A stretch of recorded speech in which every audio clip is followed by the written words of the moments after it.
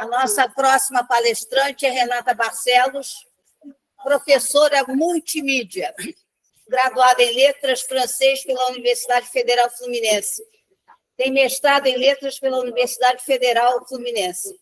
Doutorado em Estudos de Linguagem pela Universidade Federal Fluminense.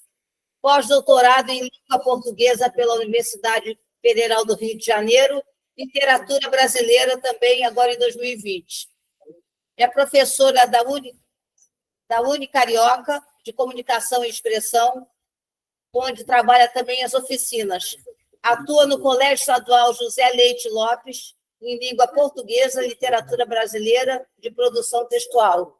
Tem experiência nas áreas de letras, com ênfase na produção textual e na gramática. É autora de Gramática Contextualizada, itens do Novo Enem, Barcelos em prosa e verso, Barcelos e Viana, encontros, coautora de antologias poéticas, diversos artigos sobre ensino e língua portuguesa. É colunista do portal Sem Fronteiras. Trabalha também em informações coletadas também em vários níveis, sempre fazendo pesquisa em nível universitário e escolar. A formação acadêmica, já comentei sobre o doutorado em Estudos de Linguística, agora em 2008. Agora, é muito interessante o pós-doutorado, em que ela faz uma pesquisa com os alunos na universidade e também na escola, em que ela está trabalhando a língua como um meio de expressão. Então, ela tem muitos trabalhos publicados, eu vou citar alguns, porque ela tem desenvolvimento em inglês, espanhol e francês, formada nas 3 línguas. E ela, além disso, ela organiza eventos onde ela trabalha com as crianças e os alunos. Eu dou muito valor nesse contato direto do professor, porque eu acho que você quebra muito quando você está trabalhando próximo. Vou citar alguns trabalhos dela apenas. Projeto Cultural Plural, 2018.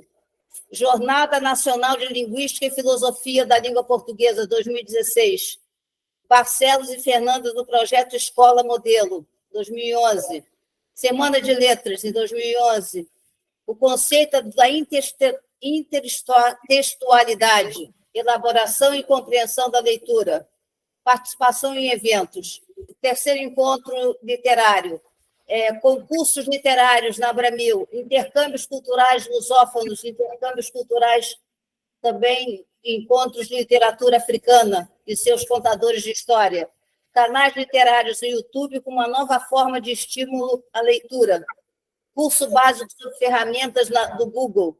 Ela tem uma atuação importantíssima, principalmente no Rio de Janeiro, embora hoje em dia, sendo online, ela faz uma captação em todo o Brasil, em que ela trabalha uma programação de uma maneira dinâmica, de uma maneira lírica.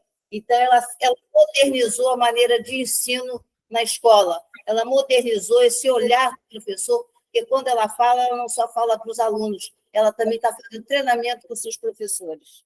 Eu só gostaria de ler o último trabalho dela aqui, que eu achei muito interessante, a pesquisa, uma pesquisa sociolinguística do discurso, cultura e interação, porque ela tem trabalhado de uma maneira ativa, de uma maneira dinâmica, com esse olhar multimídia.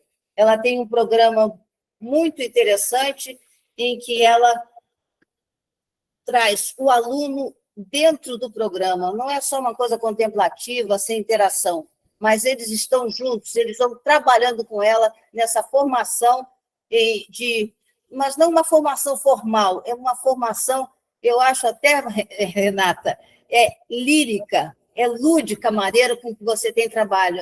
Eu tenho acompanhado os seus trabalhos que são online, eu estou em qualquer lugar, a gente tem a chance de acompanhar. Então, ela deu uma modernidade na escola de como ensinar, de como agregar conhecimento. E você, então, está completamente dentro do nosso tema, que é literatura, conhecimento e humanidades. Você tem a palavra, é um prazer enorme tê-la aqui, uma professora do Rio de Janeiro. Bom dia a todos, é uma satisfação enorme estar aqui com a Jussara. Depois, uma responsabilidade enorme, depois da Rita, dessa fala assim, espetacular da Rita, eu sou assim, fã, entre todas as questões aqui que foram salientadas por ela. Estou feliz que eu estou vendo a Rolinha aqui, está sempre participando lá do Pauta Nossa, do Bacelartes, e dentre outras pessoas conhecidas que aqui estão.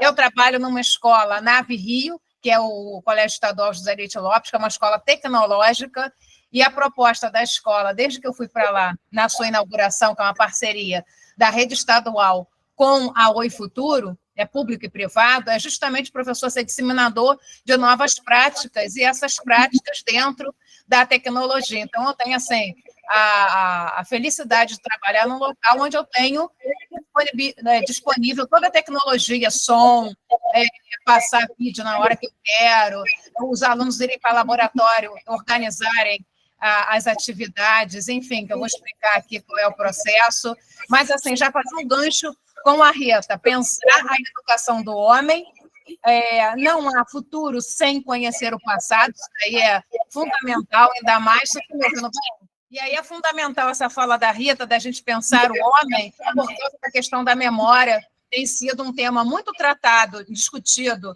nas diferentes áreas de conhecimento, nos congressos, nos eventos, enfim, entre os pesquisadores na atualidade, porque, como muito bem disse a Rita, eu estou ainda em sala de aula, o que ocorre? A questão da memória, e isso é muito importante a gente trabalhar com os alunos, a memória dos nossos povos originários. Agora a gente teve a felicidade de ter o Ayrton Krenak entrando na ABL, isso para mim foi um ganho assim, enorme, especificamente, até a figura dele, gosto muito dele, ele é um acadêmico sério, dentre outros que há também, com certeza, por aqui, que eu conheço, estamos sempre dialogando, é outra indígena muito importante, e aí levar os alunos a entenderem que não existe uma literatura brasileira, existem literaturas brasileiras. Ótima fala da Godard e da Jussara, nós temos uma diversidade cultural muito grande, e sempre fazendo um paralelo das literaturas brasileiras com as africanas, também entender, que os alunos entendam que não é a literatura africana, e pensar apenas Pepetela, Mia Couto e Agualusa, que às vezes fica só nesse tripé. Isso é para além disso que nós temos as literaturas. E aí nós temos o quê? Aqui só da minha marca, que é a escola, aqui é o livro, um pouco dessa minha fala é desse livro, mas muito do que eu trago aqui também nem está aí, porque já foram atividades agora recentes. Então, a gente pensar, essas literaturas africanas, cada país de expressão de língua portuguesa teve um processo de colonização diferenciado, um mais sofrido do que o outro, a independência, uns foram primeiro, outros foram mais tardia, a questão da mulher, já que a Rita comentou aqui a questão da mulher, a mulher nos diferentes territórios de expressões de língua portuguesa também, a gente sabe que Angola, dito pelos próprios escritores angolanos, que eu estou sempre entrevistando, Beni deve estar por aqui, Beni é um escritor jovem, angolano, que eu tenho acompanhado trabalhos, minhas alunas têm trabalhado, se debruçado sobre as obras dele, ele gentilmente concedeu os PDFs das obras, que não tinha como a escola adquirir neste momento, e nem os alunos, pela baixa renda, e ele gentilmente me disponibilizou, os alunos estão lendo as obras dele, e aí, dentre as falas, a gente verificar o quão sofrido é a educação dessas mulheres ainda. Foi um ganho muito grande a UERJ, ano passado, ter proposto a UERJ, a estadual daqui do Rio de Janeiro, Niquete como leitura da Chiazine, mostrando a questão das mulheres, da poligamia, como que são as relações entre as mulheres no relacionamento poligâmico, da mulher com o marido ali. Então, assim, está abrindo aos poucos, a gente vai vendo que a educação está abrindo as portas, mas a gente ainda precisa muito tirar essas leis que eu estou apresentando aqui das literaturas africanas, dos ensinos, do ensino aqui no Brasil, das literaturas indígenas, do papel, e efetivamente trabalhar. Mas, para isso, é preciso o quê? Capacitação dos professores. A Rita também mencionou isso.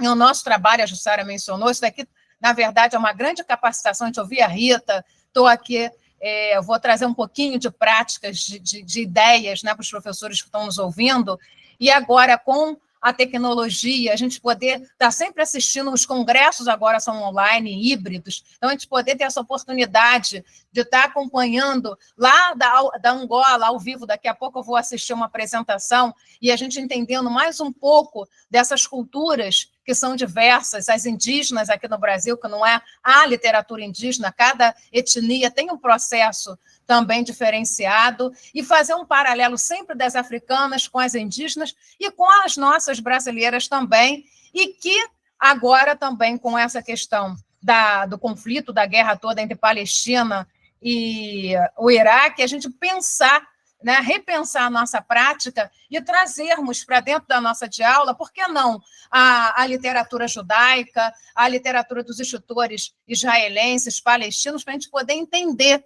E a literatura, como muito bem a Rita disse, é o homem, ou seja, pelo seu engajamento social, seja para a questão vamos dizer assim, de lazer, mas a escrita é do homem no seu tempo. Isso é importante a gente entender. Na época que houve o Holocausto, o que mais se pedia era o quê? Escrevam cartas, relatos, enfim, para que quando, né, aquilo passasse, tivéssemos acesso ao que de fato aconteceu. Vejamos o Diário de Anne Frank, por exemplo, né? Eu até passei o filme semana passada porque vai ter prova da UERJ sobre o menino do pijama listrado. E aí a gente está fazendo um contraponto e fazendo um trabalho integrado com o professor de história. E aí pensar que a literatura anda de braços dados com a filosofia e com a história, é um homem no seu tempo. Então, muitas vezes o Monteiro Lobato está sendo execrado, por quê? Porque se pensa, descontextualiza o Monteiro Lobato e aí estão acusando de questão racial. Então, assim, precisamos entender o Monteiro Lobato naquele momento social e não tirá-lo para agora. Cada um viveu no seu tempo. E aí trago, então, a figura do Beni.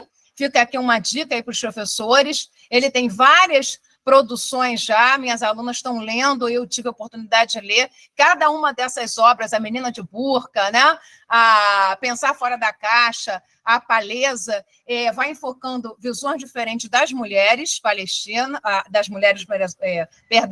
africanas, que são duas alunas do terceiro ano, da 3001, do curso de mídias, já apresentando no semestre passado A Menina da Burca. Manuela agora está lendo outra obra dele. Aqui é outra autora, tudo contemporâneo, gente. Agora são duas mulheres. Aqui é um aluno do turma de programação de jogos, apresentando a Josina Viegas, que é uma moçambicana da atualidade, e a Vera Duarte, que é da área de direito, é promotora lá em Cabo Verde, e também escritora, engajada. E aí, outro aluno da 3001, também da turma de mídias, apresentando aqui, o Vinícius. E aqui, ideias de práticas pedagógicas. Eu trabalho muito com a técnica da retextualização. Eu não sei se os professores aqui usam, conhecem. Bom, a retextualização, o que é? A parte de um texto original e você recria a partir daquele texto original. E o que nós estamos recebendo do governo federal neste exato momento? Muitas obras em formas de releituras, em cordel, em quadrinhos. Aí em Pernambuco, com certeza, quem está nos ouvindo aí, até presencial ou online, as suas escolas devem ter recebido, estão recebendo. E a minha grande pergunta hoje tem sido, eu até escrevi sobre isso para o Facetubes, que é um portal que eu estou escrevendo, não sei se está aparecendo para vocês aí. O que oferecer aos alunos? Textos originais ou releituras? A minha preocupação é a seguinte: daqui para frente, os alunos não terão mais acesso aos originais, eles não terão acesso a verificar o estilo, a estética daquele autor, eles vão ler só releituras através de cordel, quadrinhos ou de outras, né, outros gêneros textuais. Se for para fazer um trabalho comparativo, ou então, na parte primeiro do original e depois já para a releitura, da releitura para o original, eu sou perfeitamente de acordo. O meu temor é o caos que a gente está vivendo na educação, essa instituição do novo ensino médio, as exigências cada vez mais do Enem. Semana passada saiu novos ajustes com relação à produção textual, quer dizer, as exigências aumentam, mas a qualidade e a educação que oferece é cada vez menos.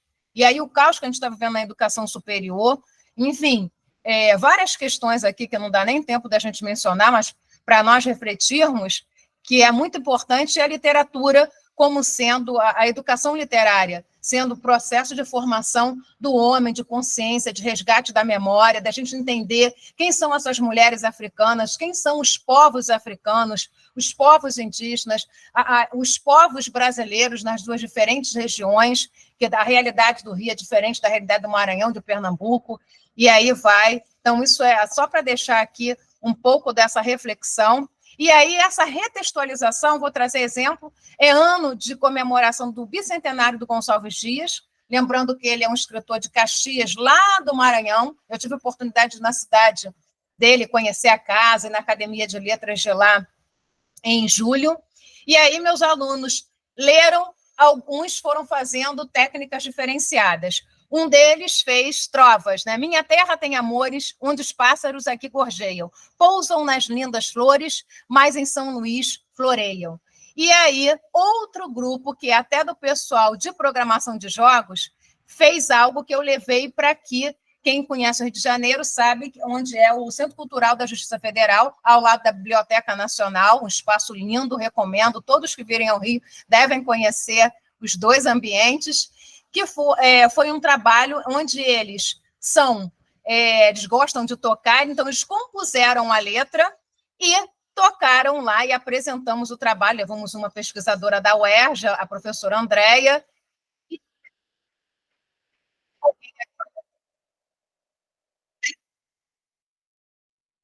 Então, só um pouquinho para vocês conhecerem, está disponível lá no YouTube, depois eu compartilho com vocês. Foi um dia que eu fiz lá no Bacelartes com pesquisadores. São a retextualização. O que eu faço com os alunos? Todo início de bimestre, eu vou passando aqui para vocês irem lendo. Todo início de bimestre, de acordo com a orientação da Secretaria de Educação, lá no segundo ano e terceiro ano, trabalho a escola literária, e a partir daquele leque de opções que eu, né, ofereço aos alunos para lerem de acordo com o seu perfil, e ali de obras, né, diferenciadas do Machado, José de Alencar, Graciliano, enfim, né, dentro da escola literária, a atividade, uma das etapas é eles realizarem a retextualização, ou seja, isso que o governo federal está nos dando nessas leituras, os meus alunos é que fazem.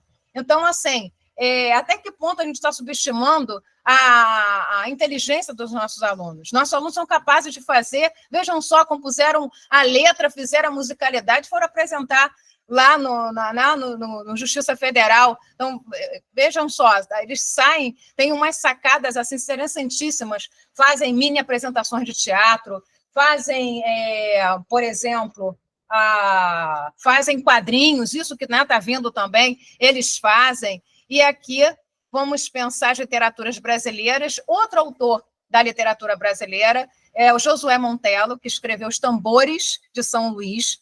Foi uma obra que, segundo os críticos, é considerada que melhor trabalha a questão dos africanos na literatura brasileira. E é uma obra muito extensa, e eu queria apresentar uma atividade na Semana do Josué Montello, lá na casa, no Centro Cultural Josué Montello. E uma professora gentilmente fez isso para mim, a Wanda Cunha, que é presidente da Academia de Trovas, minha amiga. Eu mandei o material e ela fez a apresentação. Então, os meus alunos fizeram o quê? Não dava tempo de ler a obra inteira. Então, eu separei fragmentos e cada dupla recebeu um fragmento e eles iam fazer essa técnica da retextualização. Então, uma dupla ficou com este fragmento e fizeram um slam. Por quê? Porque eles tinham ido assistir no SESC uma apresentação de slam e ficaram encantados. Aí vieram com o slam, eu falei, então, vamos aproveitar isso e vocês vão ler os fragmentos da narrativa e vão compor, então, slam. Eu não sei se está dando para vocês lerem, né? Dor e injustiça, voz silenciada, ódio crescente em seu âmago, ante sua alma maltratada, esforçando-a para manter a si mesmo submisso, ainda que recebendo bordoadas. E aí, dentro do contexto ali da obra.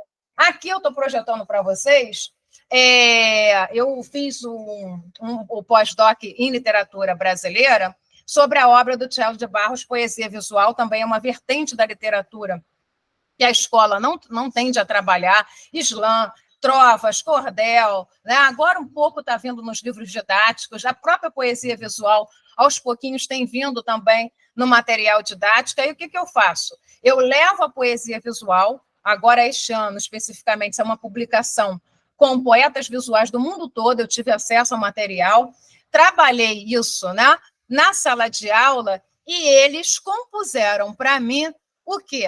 Eles foram fazer, então, poesia visual. Eu não sei se...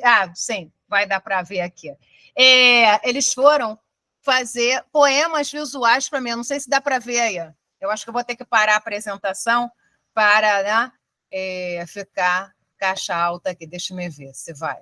Acho que agora vai, né? Melhorou? Acho que foi, né? Então, vejam só, poemas visuais, o que é poesia visual? É trabalhar a linguagem no sentido macro. Então, muitas vezes o poema não vem com palavras, ou então brinca, tira a ordem das letras, brinca com as palavras, e aí uma aluna colocou assim, ver, observar, perceber, ser, olhar, entender. E aí fez a figura do olho em forma de olho. Vamos lembrar que o primeiro poema visual data de 300 a.C., e é justamente essa questão de você com ovo, aí várias letras compondo a forma do ovo ali. Essa é a questão da poesia visual. E aí outros alunos foram fazendo, né, confusão. Aí fez, né, como se fosse um vaso borbulhando assim, várias questões ali saindo. E aí aqui um que escreveu dúvida, né, colocou, porque aí eu pedia, né, o título. Está dando para ver? Veja só, aqui, agora sim. Dúvida. Aí ele colocou vários pontos de interrogação. Aqui, ficou melhor assim. E aí, ó, não tem verbal, só o título da obra. E aí, né, sempre eu penso para eles pensarem a razão. Qual é a lógica entre título e texto? Para irem aprendendo até a ver, né, a fazer análise crítica dos contos, romances, dos próprios filmes. Esse daqui pouco tempo, muito. Isso aqui é de uma aluna do segundo ano. E aí ela pega a palavra tempo, né, faz o círculo e dentro coloca, né, passa, passa, passa, com várias setas. Aqui, vício, ele botou né, a pessoa segurando um cigarro e, no lugar da fumaça, vício, vício, vício. Então, assim, os poetas visuais, isso eu explico, em pouco tempo eles assimilam. E um detalhe, quem trabalha aqui com alunos autistas, eles, desde a primeira vez que eu trabalhei, quando eu comecei a pesquisar poesia visual, que eu levei para a sala de aula, foi assim, isso bate neles de uma forma que eles produzem, e eles têm uma reação como eles não têm com outros gêneros textuais, assim, de forma positiva. Isso toca neles, sensibiliza de uma forma que os outros textos eu não vejo fazer. A cada ano que eu trabalho, né, com turmas com alunos diferenciados, autistas, eu vejo essa reação cada vez mais. Isso é importante a gente destacar aqui, vale até uma pesquisa, quem se interessar e trabalha aqui, né, com autismo, isso é algo que não tem essa pesquisa ainda, seria um trabalho inédito. Mas aí precisa ser alguém que domine, né, a teoria, enfim, conhecimento lá da área do autismo. Deixa eu voltar lá, então. E aí, dentro dessa questão dos textos, da forma da retextualização, a gente vai percebendo como que o aluno capta o teor do texto, como que a gente desenvolve o senso crítico, e, para além disso, principalmente a criatividade. Hoje nós não temos que trabalhar cada vez mais as múltiplas habilidades. Aqui, uma aluna do segundo ano escreveu, né, uma retextualização em forma de poema sobre Veríssimo, as mentiras que os homens contam. E aí a gente pensar que, em pleno século XXI, com as mudanças nas relações sociais, novas formas de construir o conhecimento surgem. E essas formas está aí o próprio Ministério de Educação trazendo essas releituras, mas a gente precisa saber como trabalhar isso de forma crítica, porque senão a gente vai estar subestimando os nossos alunos, a gente não vai estar levando os alunos a trabalhar o senso crítico de fato, né? E aqui a questão do Dia do Índio, da legislação, que a gente tem desde 2022, isso vem rolando, né, há muitos anos, né, de 43, depois passou para 2019, 2022, mas o que efetivamente a gente trabalha de literaturas indígenas na sala de aula? Isso ainda está muito aquém, até porque as pessoas, a gente não tem formação, isso é fato nos cursos de letras, e aí eu falo porque eu recebo estagiárias até do FRJ, e assim, as formações estão cada vez mais aquém, muita disciplina, muito que dá, mas cada vez mais enxugando. Pior ainda quando a gente pensa a questão desses cursos EAD. Eu soube aqui, não vou dar o nome da instituição aqui no Rio de Janeiro, que ela agora oferece as disciplinas de forma trimestral, e esse trimestral, efetivamente, presencial, só é 1 mês e meio de aula. Isso eu comentei com o Paulo Xamã, que é um pesquisador da educação superior. Semana passada ele esteve no programa Pauta Nossa, e eu estava relatando, e ele estava discutindo sobre essa questão da drástica queda do ensino superior, da qualidade, né, em muitas instituições, a gente não pode também generalizar, e aí pensarmos a nossa formação, que formação é essa que a gente está levando para o aluno.